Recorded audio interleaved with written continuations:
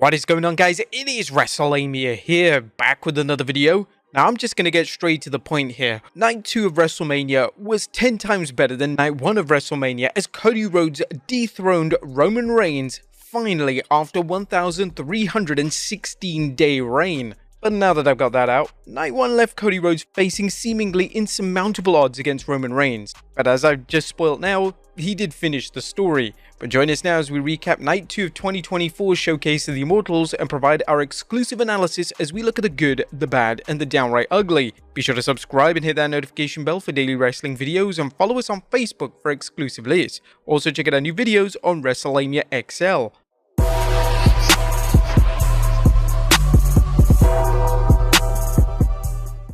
WrestleMania Night 2 opens up with the World Heavyweight Championship match as champion Seth freaking Rollins takes on Drew McIntyre. Now this was a wild brawl between two of the WWE's biggest competitors, and while CM Punk was on commentary, he didn't manage to actually distract either Drew McIntyre or Seth Rollins throughout the match, even though Drew McIntyre took time to even tweet out during the match saying bored at work. But McIntyre actually managed to prevail and become new World Heavyweight Champion. After the match, Drew McIntyre confronts CM Punk standing on the announce table and holding the title in Punk's face. McIntyre makes an obscene gesture and Punk snaps, attacking McIntyre and actually laying him out. Whilst you think it was all good and done there, out comes Damian Priest to cash in his Money in the Bank briefcase. And we now have a World Heavyweight Championship match between McIntyre and Damian Priest. Now it doesn't even take too long for Damian Priest to lay out McIntyre, and he manages to do it in 5 seconds as he is now the new World Heavyweight Champion. CM Punk gloats as Drew sits in the ring while Damian Priest celebrates with his teammates from the Judgment Day on the stage. But then Snoop Dogg appears with his WWE Golden Championship and then joins the announce team to promote his latest product, Gin and Juice. Next up is a Philadelphia street fight as special guest referee Bubba Ray Dudley, yeah that was a bit random, Bobby Lashley and the Street Profits of Angelo Dawkins and Montez Ford with B-Fab take on the Final Testament of Karrion Kross, Akam and Razar with Scarlett and Precious Paul Ellering. The Final Testament gets the early advantage, but Lashley and the Prophets have many reasons for revenge after weeks of ambushes by the Final Testament. After disposing of AOP, Lashley, Montez and Ford take out Karrion Kross, take a page out of the Dudley Boys playbook and hit a "What's up?" followed by putting Kross through the table with a frog splash for the win. And we say putting through the table, but the table just actually broke on its own. The winners of the match, Bobby Lashley and the Street Profits. Next up, LA Knight takes on AJ Styles. Now Styles goes after Knight's leg, no doubt looking to set up the calf crusher.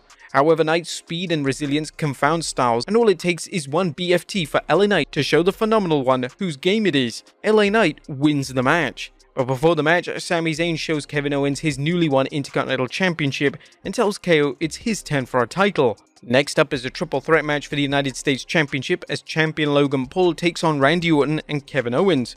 Owens rides down to the ring in a golf cart, but Kevin Owens banks up and lets the Viper on it. He then speeds down the ring like he was cashing in the Money in the Bank briefcase, but the two team up to take out Paul, but when Orton tries to surprise KO with an RKO, it's on between the prize fighter and the Apex Predator. Paul swoops in though to pick up the pieces. It's anyone's game as all three superstars look to have things won, but ultimately Paul capitalizes on the triple threat dynamics, throwing Orton into the ringside post after Orton RKOs Owens and hits the frog splash for the 1-2-3. Logan Paul manages to retain the US Championship, even with a little help from IShowSpeed. Next up is the WWE Women's Championship match as champion Io Sky takes on Bayley. Io targets Bayley's leg knowing the role model was out for over a year with a knee injury, and that is a prime target. Bayley wrestles on a bad wheel while Sky tries to play mind games with Bayley, briefly hinting at reconciliation before going back after her. Ultimately, Bayley wins after landing a flying elbow smash and a rose plant to Sky. Bayley becomes the new WWE Women's Champion.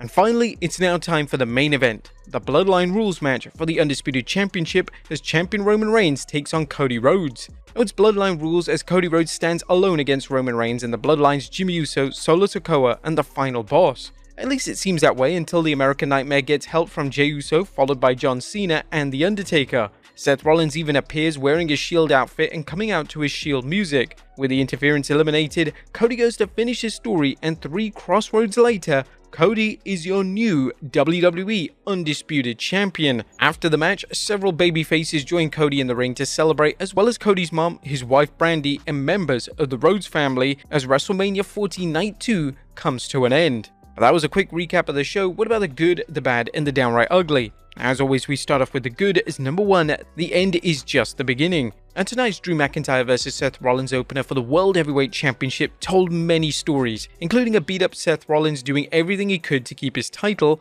Drew's quest to win a world title in front of a live audience, and the bizarre hate fest between Drew McIntyre, Seth Rollins, and CM Punk, who was obviously at ringside calling the action. The match was a non-stop brawl as McIntyre hit the Claymore in the bout's opening moments, nearly stealing a win. McIntyre's eventual victory and victory lap in front of CM Punk backfired, allowing Damian Priest to make one of the best Money in the Bank cash-ins ever. In fact, Drew McIntyre's championship reign lasted only 5 minutes, and it only took 5 seconds for Damian Priest to win the title. Number 2, Snoop Dogg delivers. WrestleMania's policy of bringing in celebs has always been hit and miss, such as Lil Wayne's awful appearance on night 1, but Snoop Dogg's presence on commentary during the Philly street fight was pure comedy gold. As far as we're concerned, Snoop needs to be on commentary on every match at Mania. Number 3, something for everyone. As Vince McMahon often said when describing the WWE's appeal, every show features something for everyone, including action-adventure, suspense, comedy, and romance. Such was the case with tonight's Philadelphia street fight, which featured Philadelphia favorite Bubba Ray Dudley serving as a guest referee,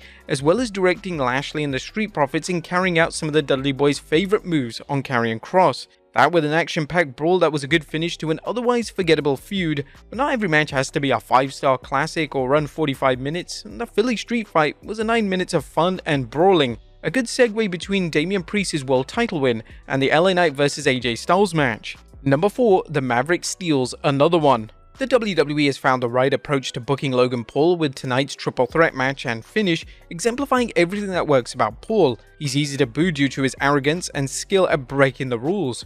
Add Paul's incredible skills as a karma Houdini, and you have Paul always finding a way to avoid the comeuppance he deserves, which only infuriates fans further. While it's questionable whether the WWE should have another part-timer holding the title, the company apparently feels the mainstream attention Paul brings in is worth it. Triple threat matches are often clunky as one wrestler has to be taken out while the 2 others fight. However, tonight's match was well played, and having streamer IShowSpeed trying to help Logan only to eat an RKO on the announce table was a WrestleMania moment. We get that WWE loves to bring these streamers in, but when's it gonna end? Are we gonna have Mr. Beast come up as The Undertaker's druid next year? Number 5, Io and Bayley blockbuster. Or whether you embrace the storyline of Io Sky betraying Bayley or relish the thought of Io and Bayley battling each other, tonight's WWE Women's Championship match was a blockbuster. The match was also free from interference from Damage Control, which made it all the more enjoyable. Interference can add to a match, but sometimes it's good to just let 2 superstars show off their stuff, even if one is a heel. Some fans might be disappointed that Io Sky's title reign is over, but there are plenty more championships in her future, and it's going to be interesting to see how Bayley's latest title run works out.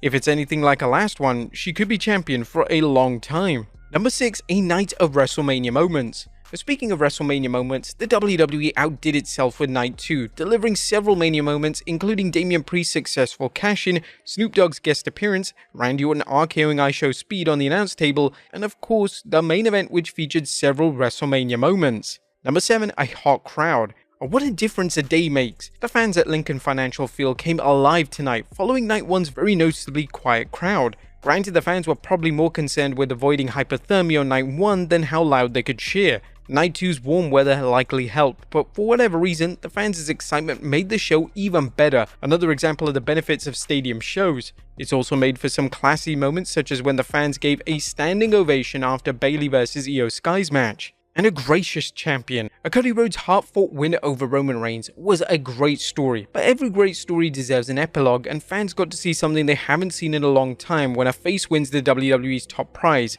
a fully fledged victory celebration. Several of the WWE's top babyfaces joined Cody in the ring to honor his achievement, a nice touch because it showed the friendship between the characters. The WWE also turned Cody's win into something with a real sports feel, as Cody was also joined by family members, and he invited 2 people he credited with his successful return to the WWE to join him, that being Bruce Pritchard and Triple H. This was a fitting end to an endgame WrestleMania. But that was good. What about the bad is number 1, another generic entrance theme. AJ Styles' new entrance theme reminded us just how weak the WWE's entrance themes have become with Def Rebel. The WWE should have taken the if it ain't broke don't fix it approach, because AJ's new music is really bad. It's not bad as Lil Wayne's performance last night, but it's bad nonetheless, and another reminder why fans are clamoring for the WWE to revamp how it produces music. But instead of the downright ugly, we got the absolutely awesome. Tonight's main event was nothing short of awesome and went far beyond good. While some may claim the finish was overbooked, and it really was, and while cynics can say they knew Cody would win due to how much the odds were against him,